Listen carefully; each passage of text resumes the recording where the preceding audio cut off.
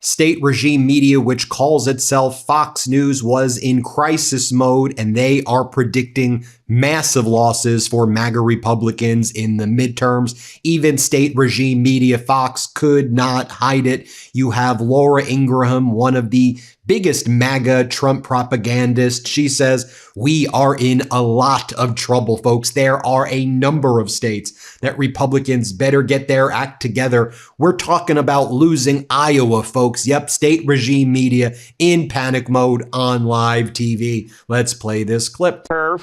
But I do think Ned's right that there's some of these states like Kansas and Mississippi that are going to sneak up on Iowa. Yes. Yeah, I think there are a number of states that Republicans better get their act together. Iowa's one of them. Ned, Michael, both of you, thank you. Then one of the guests on this Laura Ingraham propaganda show says, Republicans are whistling past the graveyard, Laura. We think we're going to do fine. We aren't. We're going to get wiped out in some of these seats that people think are safe Senate seats. Democrats are surging ahead. By the way, did you all see the latest polling in Arkansas where the Democratic candidate is leading Tom Cotton? Democrats can flip Arkansas blue, Texas blue, Michigan can stay blue. You've got Ohio going back to blue. I can name every other state, but you get the point right there. This is North Carolina, Florida. I can keep on going, but let's play this clip. And I think this is one thing that, we're 10 weeks out from today from the midterms. I think Republicans are kind of whistling past the graveyard on some of these Senate seats that they thought were safe, whether it's South Carolina, whether it's Alaska, whether it's Iowa, whether it's Nebraska, Ohio. We got to kick it into gear over these next 10 weeks, or we're looking at not only losing the House, but losing the Senate as well. Now, how many times have you and I talked about this, Ned, where it's like Paxton in Texas, I don't even see him campaigning at all. Is he campaigning? I haven't seen much of his campaign. I guess he's hoping Trump and Elon Musk save him, but he better get going in Texas. This is the thing that concerns me. I think there's a great deal of apathy with some of the candidates, but what concerns me even more, Laura, there's real apathy in the grassroots. I think some people are thinking we gave Republicans all the power in 24, House, Senate, White House. It really didn't follow through in some of these promises. The Senate's thumbing their nose at the base over the Save America Act. Gas is $4.10 a gallon. They're not saying a lot of the things that they voted for. The Iran war is killing us. And we're 10 weeks out. And the problem that we have is that Trump's base is mid to low prop. It's tough to get them out in a non-presidential year. So not only are we suffering on the issues, we're suffering on just a basic turnout. And they're really low propensity voters, which means it's going to be hard to get them to the polls November 3rd unless we give them a real compelling cause to. Yeah, how about not having socialism? That's a real compelling reason. And we don't want the border reopened because we just deported the highest number of illegal aliens in the history of the Trump administration this past month with 50,000. That's not bad. And then on state regime media, Fox, they're like, what the hell is Donald Trump doing with Canada? They're like, Trump's approval is 33% and getting lower. Prime Minister Carney's approval is 75%. Donald Trump can rant and rave like a lunatic and claim that Prime Minister Carney's not popular in Canada. Prime Minister Carney is beloved in Canada. He's like one of the most popular leaders right now in the history of Canada. Donald Trump has the lowest approval at this point since Nixon, and Nixon resigned. And so the state regime media Fox hosts here are saying Trump's got big issues, and this trade war against Canada, the stupidest thing he could possibly do. Here, play this clip. The president went to Truth Social saying, I would never interfere with Canadians speaking French. In fact, I have never even thought of doing such a stupid thing. This lie was made up by a weak and ineffective prime minister in an attempt to gain political support. At what point is it that Canada's politics are preventing this, Leslie, and that despite the fact that Chris says it's stepping on politically his own foot, that this is the president pushing back on unfair practices? Well, look, if we're going to look at some of the things we don't like, whether it is, the craziness with China, when it comes to Canada, or even just, smaller things like Netflix penalties, you can do this without renaming lakes, and you can do this without imposing tariffs, which do hurt not just the Canadian consumer, the American consumer. But, Mark Carney has a 75% approval rate. Donald Trump is a 33% approval rate. And what you said about tourism, Florida, they're now going into their third quarter down in tourism, and that's a red state, right? But if you talk, and Trey, stop taking my talking points. I was going to talk about Maine. I was going to talk about Michigan. Let's talk about Iowa. 30% of its exports are to Canada. They're our number one trading partner. They're an ally. With the fires, Afghanistan, the list goes on. They've been there and have helped us. We shouldn't be having this type of fight. You can have a conversation without doing this. And by the way, I have a T-shirt that says it's still the Gulf of Mexico. I guess I got to get one for the lake now, too. Maybe so. Maybe so. All right. Then state regime media had a guest on who pushed back forcefully against the weird state regime media distraction operation where they talk about that former NBA player, Enes Kanter Freedom, who showed up at the WNBA match. And he's like, I'm a woman, everybody. And he started like mocking the women WNBA players. And he's made himself like the central figure in this like bizarre narrative. I'm protecting women by going into the WNBA stadium and mocking the women players and behaving like an absolute psychopath. I mean, what the hell are you doing? But I'll tell you what, this guest on state regime media Fox said it better than me. Play this clip.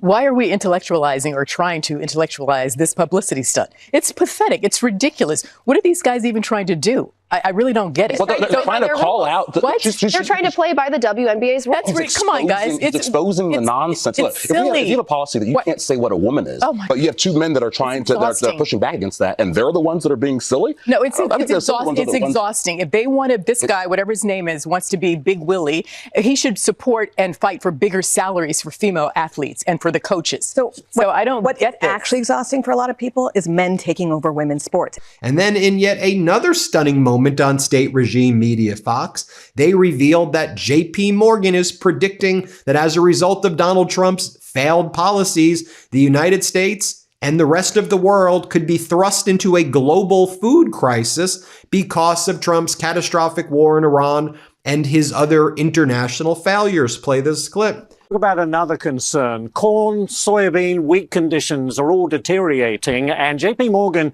is warning of a potential global food crisis. Could this be the beginning of that, Scott? Well, they say it is. I mean, they'll make the argument that we're already starting that. We've had some trouble this year with our crops. Mother Nature has not been complying as well. It's not a disaster by any means, but it's just not what we thought we were going to be getting. But the real key here, for the first time in a long time, Ashley, is the fact that we've got a problem with logistics. So weather has taken a back seat. Logistics around the world has slowed up. I mean, we've heard about the Straits of Hormuz, but we've got another issue in the Black Sea and the Sea of Azov with the Kerch Straits. We've got problems there with wheat, and both of them have problems with fertilizer. And when we don't put down as much fertilizer, guess what happens to yields? So this is a cascading event. So this is a logistics issue. It's a weather issue, a geopolitical issue, and they're all kind of stacking up, unfortunately, for the perfect storm where JP Morgan sees food inflation at 5% next year. So that's not good. That could be a problem if we get any real big hiccups with Mother Nature. And if you're saying, Ben, can it get any weirder than this? Am I in the Twilight Zone watching this video? I'll say, actually, he then had Jesse Waters saying Abdul al-Sayed is a compelling individual, a guy's guy. He said, I like him. Meanwhile, al-Sayed's opponent, Rogers, is too scared to show up on state regime media Fox. Here, play this clip. In this case, I thought the interview was fine. Thought it was compelling. He's a confident guy, kind of a guy's guy, but I don't trust him. You know, I like him. I don't want to like him. I like him for some stupid reason, but he's not right for Michigan. And Jesse Waters throughout the evening. Again, Jesse Waters is a vile human being. He's one of state regime media Fox's biggest propagandists. His mom's a Midas Touch fan, though. Shout out to her. But Jesse, and she knows that this is some bizarre act by her son, Jesse Waters. But he's making a lot of money doing the act, I suppose. And then, remember, she warned him the first day, and she's like, Jesse, don't be a propagandist conspirator. I know she's watching this video. She watches the videos all the time. Anyway, Jesse's like, I actually like Abdul. Here, play this clip. I actually like Abdul. I probably shouldn't like him, but I do. I think he'd be a terrible senator, and he's a little bit of a lunatic, but at least he's not your typical stiff. Hakeem talked to Kushner because he wanted to help the country. Abdul talked to me because he wanted to help Michigan and himself. And we all learned something, that I'm circumcised. More from Jesse Waters over here saying, I guess because of my interview with Abdul al-Sayed, everybody knows that I'm circumcised right now. Here, play this clip. Plus everything. Well, I guess everybody now knows I'm circumcised. Nothing left to say, I guess. I'm writing that down. You know, usually you look at the headlines, and if your headline is all about your penis, usually you've done something very wrong. In this case, I thought the interview was fine. And you may recall that you had Jesse Waters bringing up genital mutilation and bringing up, all these Fox hosts continue just to talk about like penises and vaginas like all the time, and they like misconstrue the issue. That's how they kind of phrase everything. And so Abdul El-Sayed is like, well, okay, you want to talk about like circumcision? Like, what the hell are you even talking about? Like, and Abdul El-Sayed's point is like, what are we even talking about here? Okay. I'm being elected to be the senator of Michigan, and I'm trying to focus on the issues that people in Michigan are facing. And you want to talk about like WNBA. You also want the government to be the genital police. You want government. What are you saying? You want big government to inspect people? I mean, what's the MAGA position here? Here, play this clip. We've decided he's just weird. They say sex sells, but this guy seems just obsessed with it. Are you circumcised? Yeah, but I mean, that's a Jesse, personal question. Okay, doctor. So you probably should want to move on. You probably should want to move on. Is circumcision's different than castration? Then Sean Hannity continues to, that was Hannity over there, more from Hannity over here, saying one of the issues that seems to be, that brings all the Democrats together is a dangerous obsession with trans kids. Dude, but do you see I want you to see the state regime tactic here. This is all they talk about on Fox. And then they bring on a guest, and that's all they want to talk about. And then if you push back a little bit, like, oh my God, why are you saying these things? Because this is all you talk about. If you watch Fox, you would think the biggest issue is something about Enes Kanter freedom and WNBA and Sophie Cunningham, and that there are all these transgender women in the WNBA. There's zero. There's quite literally, there's never been a transgender woman in WNBA. And I'll tell you what there's a lot of right now in the United States, broke people. I'll tell you what there's a lot of right now in the United States, people who are suffering right now, who can't afford gas, who can't afford diesel, who have lost their jobs, who can't afford rent, who can't afford a home, who have had their health care ripped away. That's what you want to talk about, real things that are impacting the American people. So stop freaking bullying the transgender community. Just stop bullying the community. These are human beings, damn it. Stop making up fake issues. But they don't want to talk about what's happening in real life, because that's an acknowledgement of what I shared with you at the beginning, that Donald Trump's policies have been absolutely catastrophic. So here is Hannity, though. Let's play it. And tonight, one of the issues that seems to bring almost all Democrats together is a dangerous obsession with trans kids. And then more from Hannity talking about dingalings or something. Here, play this clip. When I started in this business in my mid to late 20s, I never thought we'd be talking about dingalings. It was unfathomable. It's kind of sick and getting sicker every day. And then Dana Perino's like, I do want Abdul El-Sayed to come on again, so we can really ask him more questions about windmills. And if he thinks Enes Kanter freedom should play in the WNBA, she's not joking, by the way.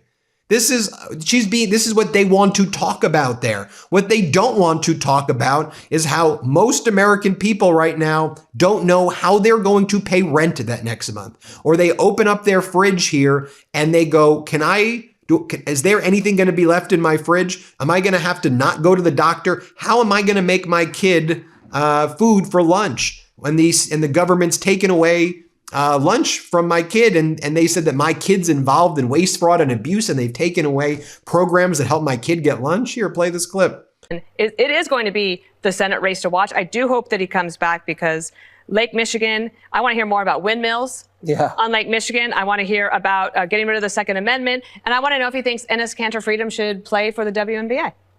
Great. And then you have this Will Cain show, and he brings on Jamie Harrison, and then he starts to ask Jamie Harrison all of these questions when they want to ask WNBA and what do you think about the DSA? What do you think about Sophie Cunningham? What do you like?